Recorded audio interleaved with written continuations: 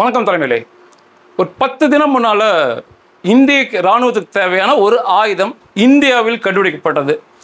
உலக அளவில் மாபெரும் புரட்சினே சொல்லலாம். உலகத்தில் யாருமே இல்லாத அளவு ஒரு சக்தி வாய்ந்த வெடிபொருள், எக்ஸ்ப்ளோசிவ்னு சொல்லுவாங்க, வெடிமருந்து கண்டுபிடிக்கப்பட்டது. அமெரிக்கா, ரஷ்யா, சீனா, இஸ்ரேல், ஜெர்மனி யார்ட்டையுமே இந்த அளவு சக்தி வாய்ந்த வெடிபொருள் கிடையவே கிடையாது. இப்போ ஒரு இராணுவம், இந்திய இராணுவம் எடுத்துக்கிட்டால் அதில் முதன்மையானவர்கள் இராணுவ வீரர்கள் தான். அவங்களுக்கு மாற்றோ இணையோ கிடையாது. நம்பர் 1 அவங்க தான். அதற்கடுத்து இப்போ இந்திய இராணுவத்திலிருந்து 1000 விதமான ஆயுதங்கள் இருந்தாலுமே அதில் முதன்மையானது, அதில் பயன்படுத்தப்படும் வெடிபொருள் தான், எக்ஸ்ப்ளோசிவ் தான். எல்லா ஆயுதங்களும் அதில் வெடிப்பொருளை வச்சு தான் சேதத்தையே கொடுக்கும். இப்போ நம்ம இப்போ இந்திய இராணுவத்தில் லட்சத்தில் அல்லது கோடிகளில் கைத்துப்பாக்கி, ஈந்திர துப்பாக்கி இருக்கும். அந்த துப்பாக்கியிலிருந்து போகும் தோட்டா எவ்வளோ வேகமாக போகணும், எந்த அளவுக்கு சக்தி மிகுந்த தாக்குதல் நடத்துன்னு சொல்லி முடிவு பண்ணுறது அந்த தோட்டாவில் இருக்க வெடிமருந்து தான். அதே போல் இப்போ பிரம்மோஸ் ஏவுகணை உலகத்தில் மிக வேகமான மாறுதற்றோம். ஓகே, மிக வேகமாக போகுது, மிக துல்லியமாக தாக்குது. தாக்குதல் நடத்துகிற இடத்துல எவ்வளோ பெரிய சேதத்தை கொடுக்கறது தான் முக்கியம். அந்த சேதத்தை கொடுக்கறது அந்த வெடிமருந்து தான். அதே போல் தான் அக்னி ஏவுகணையும் கண்டம் விட்டு கண்டம் தாண்டி சென்றாலும் அங்கே போய் தாக்குதல் நடத்தும் போது அந்த நாட்டை எந்த அளவுக்கு அழிக்குதுன்னு முடிவு பண்ணுறது அந்த வெடிமருந்து தான். அப்போ அந்த வெடிமருந்து மிக சிறப்பானதாக இருக்கணும். எந்த நாட்டில் மிக சிறப்பான வீரியமான வெடிமருந்து வச்சிருக்காங்களோ போரில் நிச்சயமாக அவங்க தான் ஜெயிப்பாங்க. அந்த வகையில் பார்க்கும்போது நம்பர் 1 வெடிமருந்தை நம்ம இந்தியாவில் தயாரிச்சிருக்கிறாங்க. 10 தினம் முன்னால் உலகத்தில் யாருமே இல்லை. அதுக்கு பெயர் சிபெக்ஸ் 2 அப்படின்னு பெயர் வச்சுருக்காங்க. SCBX2 அப்படின்னு பேர் வச்சுருக்கிறாங்க. அதே போல் வெடிமருந்து நம்ம ஏன் தயாரிக்கணும்னா அதுக்கு இன்னொரு காரணமும் இருக்குது. வெடிமருந்து விலை உயர்ந்தது, அது எல்லாருக்குமே தெரியும். இராணுவ ரீதி பயன்பாட்டில் இருக்க வெடிமருந்து மிக விலை உயர்ந்தது. அதே போல் எந்த வெடிபொருள்னாலும் அதுக்கு ஒரு காலாவதி தேதி இருக்கும். எல்லா வெடிமருந்து ஒரு சில வருஷங்கள் கழித்து அது எக்ஸ்பைரி ஆகிடும், காலாவதி ஆகிடும். இப்போ நம்ம காலாவதி ஆகுதுன்னு சொல்லிட்டு இப்போ ஏவுகணைகள்லையோ இல்லை துப்பாக்கி குண்டுகளையோ வெடிமருந்து ஃபில் பண்ணாமல் இருக்க முடியாது. நிச்சயமாக அது நம்ம நிறச்சி தான் வச்சுருப்போம். வெடிமருந்து நிறச்சி வச்சுருக்கோங்கிறதுக்காக அது காலாவதி ஆகுங்கிறக்க சண்டைக்கும் போக முடியாது. அப்போ ஒரு குறிப்பிட்ட வருஷம் கழித்து முடிஞ்சால் திரும்ப ரீஃபில் பண்ணிகிட்டே இருக்கணும். அப்போ நம்ம வெடிமருந்து வாங்கிட்டே இருக்கணும். அப்போது ஒரு நாடுங்கிறது நிச்சயமாக வெடிமருந்து நம்மளே தயாரிக்கணும். அந்த வகையில் நம்மளே சொந்தமாக தயாரித்து அதில் உலகத்தில் நம்பர் 1 கொண்டு வந்த விஞ்ஞானிகளுக்கு என்னுடைய மனதார்ந்த பாராட்டுக்கள். வெடிமருந்துனா என்ன? வெடிமருந்து என்பது ஒன்று அல்லது அதற்கு மேற்பட்ட வேதியியல் கூட்டுக்கலவை தூண்டப்படும் போது வெடிக்கணும். இந்த வார்த்தை ரொம்ப முக்கியம். அதை தூண்டும் போது தான் நிச்சயமாக வெடிக்கணும். அது வெடிமருந்துங்கிறதுனால ஒரு பயணம் செய்யும் போதோ இல்லை குலுங்கும் போதோ இல்லை பாதுகாப்பாக வச்சுருக்கும் போதோ நிச்சயம் வெடிக்கவே கூடாது. தூண்டப்படும் போது வெடிக்கணும். ஒரு வெடிமருந்து அந்த இடத்துல எந்த அளவுக்கு வெடிச்சிருக்குன்னு சொல்லி சாட்சி சொல்ல உலகத்தில் யாருமே இருக்க மாட்டாங்க. ஏன்னா அது வெடிக்கிற இடத்துல அங்கே நின்னவங்க நிச்சயமாக மரணம் அடைஞ்சிடுவாங்க.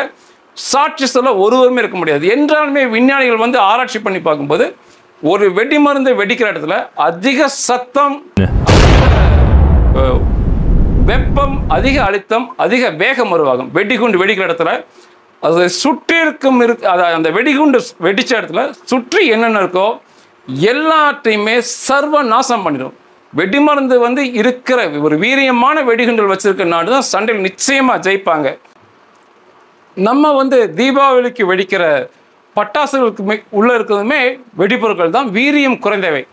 இப்போ ஒருவேளை நம்ம ஒரு பாறைக்குழி வச்சுருக்கோம், பாறைக்குழி தகர்க்கணும், அந்த பாறைகளை வெடிக்க வைக்கணும்னா நம்ம டிராக்டரை கூப்பிடுவோம். அவங்க ஜெலட்டினை யூஸ் பண்ணுவாங்க. ஜெலட்டின் ஓரளவுக்கு எக்ஸ்பென்சிவ், ஓரளவுக்கு சக்தி மிகுந்தவை. அதுக்கு மேலே மிகுந்த சக்தி வாய்ந்தவை பர்பஸ் அப்படின்னு பார்க்கும்போது அணை கட்டுவதற்கும் சுரங்கம் தோண்டுவதற்குமே மிக வீரியம் மிகுந்த வெடிப்பொருள் யூஸ் பண்ணுவாங்க. அதுக்கப்புறம் இராணுவ ரீதியான பயன்பாடு அப்படின்னு வரும்போது மிகுந்த வீரியம் மிகுந்த விலை உயர்ந்த வெடிப்பொருளை யூஸ் பண்ணுவாங்க. அதிக வருஷங்கள் காலாவதியாகாமல் இருக்கும் இராணுவ பயன்பாட்டுக்கு இருக்கிறது. ஏன்னா அவங்க அந்த அளவுக்கு ஒரு சரியான இடத்துல பாதுகாப்பாக வச்சுருப்பாங்க. அது எந்த எதுக்குள்ளே ஃபில் பண்ணியிருக்காங்களோ, ஒருவேளை ஷெல் துப்பாக்கி குண்டுலாம் மிக கனமாக இருக்குது. அதனால் அவ்வளோ சீக்கிரம் காலாவதி ஆகாத மாதிரி இராணுவ பயன்பாட்டில் இருக்க வெடிப்பொருட்கள் ரொம்ப விலை உயர்ந்ததாக இருக்கும், மிகுந்த சக்தி மிகுந்ததாக இருக்கும். இந்த வெடிப்பொருளை கண்டுபிடிச்சது, வெடிமருந்து கண்டுபிடிச்சுன்னு சொன்னால் சீனர்களை சொல்லலாம். கரிப்பொருள் அப்படின்னு முதல்ல சொல்லுவாங்க. அவங்க தான் முதல்ல போரில் அதை உபயோகப்படுத்தினாங்க. மிக அதிக சேதத்தை ஏற்படுத்தாட்டியும் கூட அதிக அளவு புகையை கொடுக்கக்கூடியது கரிப்பொருள். அதுக்கப்புறம் இந்த வெடி மருந்துகளில் வந்து புரட்சியை ஏற்படுத்துகிறோம் அப்படின்னா ஆல்ஃப்ரட் நோபல். உங்களுக்கு தெரியும், அந்த நோபலுங்கிற பேர் பார்க்கும்போது உங்களுக்கு தெரியும். அவர் ஒரு வெடிமருந்தை கண்டுபிடிச்சு கொடுத்தாரு. அதுக்கு பேர் டைனமைட்னு வச்சார். இந்த இராணுவ ரீதியான போர்களில் மிகப்பெரிய புரட்சி ஏற்படுத்தினது தான் இந்த டைனமைட். கோடிக்கணக்கில் அது அவர் சம்பாதிச்ச பணமெல்லாம் சொல்லவே முடியாது. ஸ்வீடனை சேர்ந்தவர். பல நாடுகளில் வந்து அவர் தயாரிப்பு நிறுவனத்தை வச்சுருந்தார். அவர் தயாரித்த டைனமைட்னால லட்சக்கணக்கான வீரர்கள் செத்து போனாங்க. அதுக்கப்புறம் அவர் மனம் திருந்திட்டு அவருக்கு கிடைச்ச தொகையில் வருஷம் கொஞ்சம் பணத்தை வந்து ஒதுக்கி கொடுக்கறது தான் நோபல் பரிசு. அந்த ஆயுதத்தை கண்டுபிடிச்சதும் அவர் தான். அதன் மூலமாக இருக்க சிறிய பணத்தை பரிசாக கொடுக்கறது அவர் தான். நோபல் பரிசு அமைதிக்காக கொடுப்பார். பொதுவாக அமெரிக்கர்கள் இப்படி தான், மிகப்பெரிய சேதம் விளைவிக்கக்கூடிய ஏதோ ஒன்று செஞ்சுருவாங்க. அதுக்கப்புறம் ஒரு நல்ல காரியம் செய்கிற மாதிரி நடிப்பாங்க. அதுக்கு அவங்க செய்யாமையே இருந்திருக்கலாம். ஆனால் இந்த வெடி மருந்துகளில் புரட்சியை ஏற்படுத்துறது தான் அந்த ஆல்பர்ட் நோபல் தான்.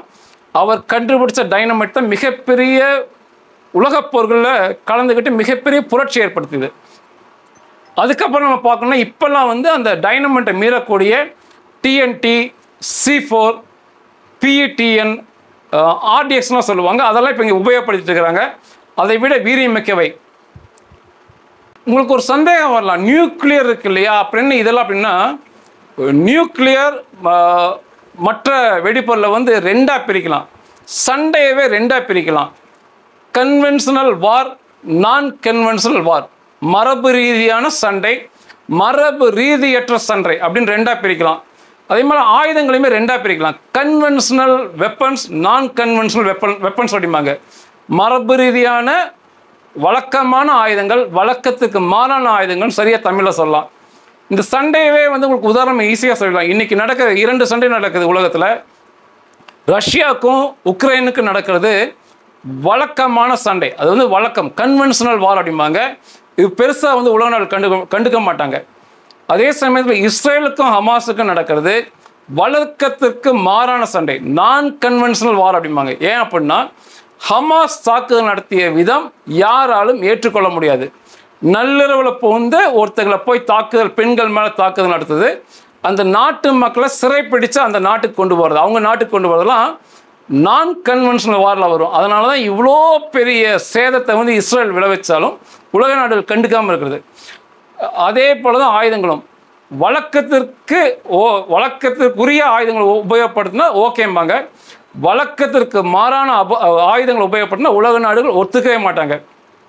வழக்கத்திற்கு மாறான ஆயுதம் பார்க்கும்போது நியூக்ளியர், அணுகுண்டுகள், வேதியியல் மற்றும் உயிரியல் ஆயுதங்களை வந்து வழக்கத்திற்கு மாறானது அப்படிம்பாங்க. நிச்சயமாக யாரும் உபயோகப்படுத்தக்கூடாது. நியூக்ளியர் வந்து கண்டுபிடிச்சாவே தடைகள் விதிப்பாங்க, உபயோகப்படுத்தினா நிச்சயமாக தடை விதிப்பாங்க. நியூக்ளியர் கொடுக்குற சேதத்தை கற்பனை கூட பண்ண முடியாது. நம்ம சரியான விகிதத்தில் அதிக அளவில் நியூக்ளியர் குண்டை தூக்கி கொண்டு போய் போட்டோம்னா அது என்ன சேதத்தை விளைக்கும்னு சொல்லி ஒரு மனிதனால் கற்பனை பண்ண முடியாது. அந்தளவுக்கு சேதம் விளைவிக்கக்கூடியது. அதனால் இந்த நியூக்ளியர்லாம் வந்து நான் கன்வென்ஷனல் வெப்பன்கிறதுனால யாரும் உபயோகப்படுத்த மாட்டாங்க. அந்த நியூக்ளியருக்கு அடுத்து இன்னைக்கு அதிகமான சேதம் கொடுக்கக்கூடியது நம்ம இந்திய தயாரிப்பான சிபக்ஸ் 2 தான். உலக அளவிலிருந்து இதை 10 நாள் தான் கண்டுபிடிச்சிருக்காங்க. 50 நாடுகளுக்கு மேலே ஆஃபர் பண்ணியிருக்காங்க. எங்களுக்கு இந்த குண்டுகள் கொடுங்கன்னு சொல்லியிருக்காங்க. நம்ம இந்திய நேவி, அதாவது கப்பற்படையை சோதித்து முழு திருப்தி ஆகி மொத்தமாக நம்ம இந்திய இராணுவத்துக்கு அதில் இருக்க ஆயுதங்களுக்கு இப்போ சிபக்ஸ் தான் யூஸ் பண்ண போகிறாங்க. நமது சிபக்ஸை வந்து டிஎன்டி கூட ஒப்பிட்டு பேசிக்கிறாங்க. டிஎன்டி வந்து ட்ரை நைட்ரோன் அப்படிம்பாங்க. இன்றைய நிலைமைக்கு மிக வீரியமான இராணுவ ரீதி பயன்படுத்தக்கூடிய வெடிபொருள் அது. அந்த டிஎன்டியை விட 2.01 மடங்கு அதிக அளவு சேதத்தை விளைவிக்கக்கூடியது. 2.01. இப்போ வந்து இதோட இவங்க நிற்கல, சிபக்ஸுக்கு 2க்கு அடுத்து கண்டுபிடிச்சிருக்காங்க. 6 மாதம் தரேன் இருக்காங்க. அது வந்து டிஎன்டியை விட 2.5 மடங்கு அதிகமான சேதத்தை விளைவிக்கக்கூடியது. இதை சோதனை பண்ணி வந்து காமிச்சிருக்காங்க. அதில் புகைப்படத்தை பார்க்குறீங்க நீங்கள், ஒரிஜினல் புகைப்படம். அது சிறிய அளவு சிபக்ஸ் வெடிபொருள் அங்கே உபயோகப்பட்டனால் ஏற்பட்ட பலம். அப்போ சிபக்ஸ் யூஸ் பண்ணும்போது டிஎன்டி ஒப்பிட்டு பேசினாங்கன்னா அங்கே ஏற்படும் வெப்பம் 20% அதிகமான வெப்பத்தை ஏற்படுத்தும். அப்போ வந்து அங்கே இருக்க எதுவுமே எல்லாமே உருக்கப்படும். மனிதர்கள் மற்ற கால்நடைகள் மற்ற எல்லாமே உருகிறோம். அதே சமயத்தில் 35% அதிக அளவு விட்டமுள்ள பள்ளம் ஏற்படும். அந்த குண்டை வெடிக்கும் போது அதில் ஏற்படும் சிதறல்களால் 35% டிஎன்டியை விட மிகப்பெரிய குழியை ஏற்படுத்தும். அதே சமயத்தில் 28% அதிக அளவு பாதிப்பை ஏற்படுத்தும். இதை வச்சு எதை தகர்க்கலாம் அப்படின்னு பார்த்தீங்கன்னா, பங்கரை தகர்க்கலாம், பதுங்கு குழிகளை தகர்க்கலாம், டனலில் குகைகளில் ஒளிஞ்சிருக்கணும் தகர்க்கலாம், மிக பாதுகாப்பாக ஒளிஞ்சிருக்கணும் தகர்க்கலாம் அப்படின்னு சொல்லப்படுது. அதனால் பங்கரே பாதுகாப்பானது. அதனால் மிக பாதுகாப்பானதுன்னா அதுக்கு ஒரு சின்ன உதாரணம் சொல்லலாம். இன்றைக்கி வந்து ஈரானில் வந்து அணுகுண்டு செய்ய போகிறாங்கன்னு சொல்கிறாங்க. கிட்டத்தட்ட 80% செஞ்சுட்டாங்க, நெருங்கிட்டாங்கன்னு சொல்கிறாங்க. இஸ்ரேல் வந்து எந்த இஸ்லாமிய அரபு நாடுகள் அணுகுண்டு செஞ்சால் ஒத்துக்காது, அதை தரமட்டம் ஆக்கிரும். இதுக்கு முன்னால் 2 தடவை அவங்க வந்து தரமட்டம் ஆக்கி காட்டியிருக்காங்க. ஒன்று வந்து ஈராக்கில் பண்ணி காட்டாங்க, அதற்கடுத்து சிரியாவில் இப்போ அதுக்கடுத்து பண்ணி காமிச்சாங்க. இப்போ வந்து ஈரான் செஞ்சிட்ருங்க. ஈரானை கண்டிப்பாக தரமட்டம் ஆக்கணும். ஈரானுடைய அணுகுண்டுகளை அந்த அணுக்கரு உலையை தரமட்டை ஆக்கணும். அது இஸ்ரேலுடைய தலையாய கடமையாக இருக்குது. இதை பார்த்த ஈரான், அதாவது எப்படி தாக்குவாங்கன்னு தெரிஞ்சுக்கிட்ட ஈரான் வந்து இப்போ நீங்கள் புகைப்படம் வந்து ஒரிஜினல் புகைப்படம், ஒரு மலைப்பாங்கான இடத்துல மிக கடினமான பாறைகள் இருக்கிற இடத்துல துளையிட்டு கிட்டத்தட்ட பல அடுக்கு கீழே அந்த பாறைகளை பல அடுக்கு கீழே மிக பாதுகாப்பாக அந்த அணுகுண்டு செஞ்சிட்ருக்காங்க. இப்போ வந்து இஸ்ரேல் வந்து அதை தகர்க்கணும்னா ஒன்று அங்கே இருக்கிற வந்து விமான எதிர்ப்பு சாதனங்களை வந்து மீறி உள்ளே போகணும். அதை எல்லாத்தையும் விட இந்த பாறை, கடினமான பாறையும் அது கீழே பல அடுக்கு பாதுகாப்பை தாண்டி குண்டு உள்ளே போகணும். உள்ளே போய் வெடித்து மிகப்பெரிய இந்த மலையவே காலி பண்ணி காட்டணும். அப்போ இங்கே வந்து அதுக்கு சரியான வெடிப்பொருள் வந்து இப்போ வரைக்கும் இஸ்ரேலுக்கு கிடைக்கல. அதனால தான் இப்போ வரைக்கும் தாக்குதல் நடத்தாமல் வெயிட் பண்ணிட்டு இருக்காங்க. அவங்களுக்கெல்லாம் வந்து ஒரு வரப்பிரசாதம் சொன்னால் இந்த சிபக்ஸ் 2 சொல்லலாம். இப்போ வரைக்கும் இஸ்ரேல் வந்து HMX யூஸ் பண்ணுவாங்க. இன்றைக்கி தெரிஞ்ச பெரிய வீரியமான குண்டு அது HMX, வீரியமான வெடிமருந்து பொருள். அதை தாண்டியது தான் இப்போ நம்ம சிபக்ஸ் 2. ஒருவேளை வந்து இனி வருங்காலத்தில் நிச்சயமாக இஸ்ரேல் தாக்குதலை கையில் எடுப்பாங்க. ஏன்னா இது அந்தளவுக்கு நம்ம தயாரிச்சிருக்கிறது வந்து வீரியமுள்ள வெடிமருந்து. நிச்சயமாக அதை ஊடுருவி நீங்கள் பார்க்குற அந்த மலைகளை ஊடுருவி உள்ளே போய் மிகப்பெரிய சேதத்தை ஏற்படுத்தி அந்த ஈரானுடைய அணுக்கரு அந்த அணுகுண்டு செய்கிற ப்ரோக்ராமை தரமாட்டம் ஆகுன்னு சொல்லி எனக்கு ஒரு நம்பிக்கை இருக்குது. அந்த மாதிரி பங்கர்ஸ், பதுங்கு குழியில் ஒளிஞ்சிட்டு இருக்கவன், குகையில் ஒளிஞ்சுக்கிட்டு இருக்கிறவன், மிக அதிக பாதுகாப்புள்ள இடங்களில் ஒளிஞ்சிட்டு இருக்கு. இது இப்போ அதுக்கு உதாரணம் ஈரான். அந்த அணுகுண்டு செய்கிற இடம் எவ்வளோ பாதுகாப்பாக இருக்கும். அதே போல் எல்லா இடத்தையுமே தரைமட்டம் செய்யறதுக்கு இந்த சிபக்ஸ் உதவும் அப்படிங்கிறாங்க. இது இனிமேல் கண்டிப்பாக இந்திய ராணுவத்தில் அதில் இருக்க ஆயுதங்கள் எல்லாத்தையுமே ரீஃபில் பண்ணுவாங்க. இப்போ வந்து நம்ம வந்து பிரம்மோஸ் ஏவனில் HMXன்னு சொல்லி ஒரு வெடிப்பொருள் வச்சுருக்கோம். லீத்தல் அப்படிம்பாங்க, ரொம்ப டெட்லி வெடிப்பொருள் அது. அதை விட மிக சக்தி மிகுந்தது தான் இந்த நம்ம தயாரிப்பான சிபக்ஸ். இனி இந்த HMX எடுத்து அதுக்கு பதில் இந்த சிபக்ஸை மாட்டுவாங்க. அதே மாதிரி அக்னிலையுமே வந்து அதில் இருக்க அந்த வெடிப்பொருளிட்டு சிபக்ஸை மாட்டுவாங்க, அதை ஃபில் பண்ணுவாங்க. இப்போ நம்ம செஞ்சோன்னே அது நம்ம இராணுவ ரீதியாக சோதனை பண்ணி பார்த்து மிக திருப்தி அடைஞ்சு நம்ம இராணுவத்தில் வாங்கிக்கிட்டாங்க. நம்ம இராணுவத்தில் இருக்க இந்த பொருட்களில் இந்த மாதிரி பீரங்கி குண்டுகளில், இந்த போர் விமானத்தில் இருந்து போடக்கூடிய குண்டுகளில், அதே போல் பிரம்மோஸ் ஏவுகணைகளில், அக்னி ஏவுகணைகளில், பினாகா எதிர்ப்பு ஏவுகணைகள், இது எல்லாத்துலேயுமே படிப்படியாக அதில் இருக்க அந்த வெடிப்பொருளை, வெளிநாட்டு வெடிப்பொருள்லாம் எடுத்துகிட்டு நமது தயாரிப்பான மிக வீரியம் உள்ளதான நம்பர் 1ஆன சிபக்ஸ் 2 மாட்டிகிட்டு இருக்காங்க. இப்போ இது 10 நாள் தான் தயாரிச்சாச்சு. அதுக்குள்ளே கிட்டத்தட்ட 50 நாடுகள் வந்து இதுக்கு வந்து எங்களுக்கு வேணும்னு சொல்லி கேட்டாங்க.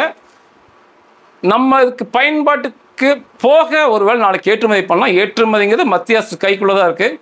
மத்திய அரசு ஓகேன்னு சொன்னால் ஏற்றுமதி பண்ணலாம். இல்லைனா ஒருவேளை அது ரொம்ப வீரியம் உள்ளது நம்மகிட்டே இருக்கட்டும்னு நினச்சா ஏற்றுமதி பண்ணாமல் இருக்கலாம். எனிவே ஒரு மிகச்சிறந்த ஒரு அற்புதமான இராணுவ ரீதியான கண்டுபிடிப்புன்னு என்னால் சொல்ல முடியும். இதை கண்டுபிடிச்ச பெருமைக்குரியவர்கள் வந்து சோலார் இண்டஸ்ட்ரியல் லிமிடெட் நாக்பூர், அந்த நிறுவனம் தான் இதை கண்டுபிடிச்சிருக்கிறாங்க. ஒரு தனியார் நிறுவனம். நிறைய பேர் வந்து சொல்லுவீங்க மோடிஜி எல்லாத்தையும் தனியார் கொடுத்ததுனால.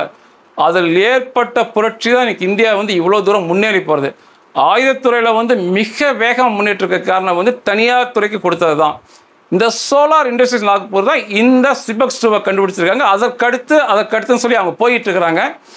நம்ம ஏற்கனவே ஒன்று பேசணும், நாகாஸ்திரா தற்கொலை ட்ரோன் சொல்லி, அதை கண்டுபிடிச்சதுமே இந்த சோலார் இண்டஸ்ட்ரி நாக்பூர் தான்.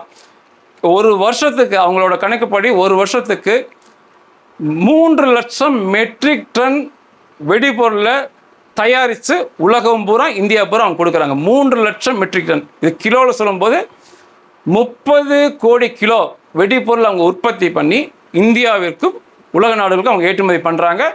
இவங்க வந்து அணை கட்டுவதற்கு, சுரங்கம் தோண்டுவதற்கு அதிகமாக கொடுக்குறாங்க. அதுபோக இராணுவ ரீதியாகவும் கொடுத்துக்கிட்டு இருக்காங்க. இப்போ இந்த வெடிபொருளை தவிர ஏகப்பட்ட ஆயுதங்கள் தயாரிக்கிற இடத்துக்கும் அந்த நாக்பூர் நிறுவனம் உள்ளே வந்திருக்குது. இவங்க வந்து இப்போ இந்தியாவில் வந்து நாக்பூரில் தலைமையாக இருந்தாலும் உலகம் பூரா இவங்களுக்கு வந்து இதை உற்பத்தி பண்ணுற நிறுவனங்கள் உலகம் பூரா வச்சுருக்கிறாங்க. 50 நாடுகளுக்கு மேலே வந்து இவங்க ஏற்றுமதி பண்ணிட்டு இருக்கான்னு சொல்கிறாங்க. இந்த மேக் இன் இந்தியா திட்டத்தில் வந்து எந்த அளவுக்கு இந்தியா முன்னேற்றம் அடைஞ்சிருக்குன்னு சொல்லி இந்த நிறுவனமே ஒரு சாட்சி. இந்த பதிவை பேசுனது காரணம் வந்து ஒன்று பெருமை. நம்ம தேசத்தில் தயாரித்தது நம்பர் 1 இருக்குது. எல்லா உலகத்தில் வந்து எல்லாத்தையும் மீறி நிற்குது, நம்ம யாரும் நெருங்க முடியாதுன்னு சொல்கிறதுனால அந்த பெருமைக்காக இந்த பதிவை கொடுத்து பேசின ஒன்று. இரண்டாவது வந்து இப்போ சமீபத்தில் வந்து தமிழ்நாடு வந்து ஜிடிபியில் வந்து கொஞ்சம் ஒரு இடம் கீழே போச்சுன்னு சொன்னாங்க. ஜிடிபி போது மொத்த உள்நாட்டு உற்பத்தியில் தமிழ்நாடு கொஞ்சம் இறங்கச்சா பண்ணாங்க. அதிகமாக வந்து தமிழ்நாட்டில் வந்து ஆயுதம் உற்பத்தி தனியார் வரமாட்டேங்கிறீங்க. இதை பார்க்குறவங்க உங்கள்கிட்ட அதிக பணம் இருக்கலாம், ஒருவேளை ஆயுதம் தயாரிக்கிற அந்த டெக்னிக் இல்லாட்டி அதை தெரிஞ்ச ஒருத்தவங்க சேர்த்துக்கிட்டு இந்த ஆயுதம் தயாரிக்கும் துறைக்கு நிச்சயமாக வரணும். கிட்டத்தட்ட 55 புதிய கம்பெனிக்கு வந்து மத்திய அரசு வந்து பர்மிஷன் கொடுத்தாங்க ஆயுதம் தயாரிப்பதற்கு. நீங்கள் ஒரு சிறந்த தேச பக்தர் அப்படின்னு உங்களுக்கு தெரிஞ்சுக்கிட்டாங்கன்னா நிச்சயமாக வந்து உங்களுக்கு ஆயுதம் தயாரிக்கிறதுக்கு அவங்க வந்து நிச்சயமாக வந்து உங்களுக்கு லைசன்ஸ் கொடுக்கலாம். இப்போ அப்படி வாங்கினவங்க தான் அதானி, டாட்டா, மகேந்திராலாம் அப்படி தான் வாங்கினாங்க. அதுக்காக தான் இந்த பதிவை கொடுத்தது. ஒன்று, தமிழ்நாட்டில் வந்து இன்னும் வந்து மிகப்பெரிய ஆயுத உற்பத்தியில் வந்து தனியார் வரல. நிச்சயமாக தனியார் வரணும். உலகம் முழுக்க மிகுந்த டிமாண்ட் இருக்குது. இந்தியாவிலேயே மிகப்பெரிய டிமாண்ட் இருக்குது. இந்த ஆயுதங்களை வந்து மாற்றிக்கிட்டே இருக்கணும். ஒரு ஆயுதங்கள் வாங்கிட்டு நம்ம டம்ப் பண்ணிட்டா கையில் வச்சுக்கிட்டே இருக்க முடியாது. அதுக்கு மாற்றாக இன்னொருத்தவங்க செய்யும் போது நம்ம இன்னொரு மாற்றம் செய்வோம், செஞ்சுக்கிட்டே இருப்போம். அந்த ஆயுதங்கள் வளர்ந்துக்கிட்டே இருக்கும் இந்த ஆயுதத்துறை. அதனால் நிச்சயமாக அதை வாங்க. அதே மாதிரி எல்லாத்துக்குமே எக்ஸ்பைரி உண்டு, காலாவதி உண்டு. இப்போ பேசுகிற இப்போ இந்த வெடிபொருளுக்கு காலாவதி இருக்கும். ஒரு குறிப்பிட்ட வருஷத்துக்கு அப்புறம் காலாவதி ஆயிரும். அப்போ திரும்ப செய்யணும். அப்போ இந்த ஆயுதத்துறையில் அதிகமாக சம்பாதிக்கலாம், நீங்களும் சம்பாதிக்கலாம், நம்ம நாட்டுக்கு மிகப்பெரிய வருமானத்தை தேடித்தரலாம், அந்நிய செலவாணி டாலர் ஏற்றுமதி வாங்கித்தரலாம். அதனால் நம்ம தமிழ்நாட்டில் பார்க்குறவங்க ஒரு ஆயுதம் தயாரிப்புக்கு வாங்க. நிச்சயமாக உலகத்தில் நம்பர் 1, அதுவுமே வந்து முதன்மையான ஒரு ஆயுதம் வந்து வெடிமருந்து தான். அதை கண்டுபிடிச்ச அந்த நாக்பூர் நிறுவனத்துக்கு மனதார்ந்த நன்றிகள் மற்றும் பாராட்டுகள். நன்றிகள்.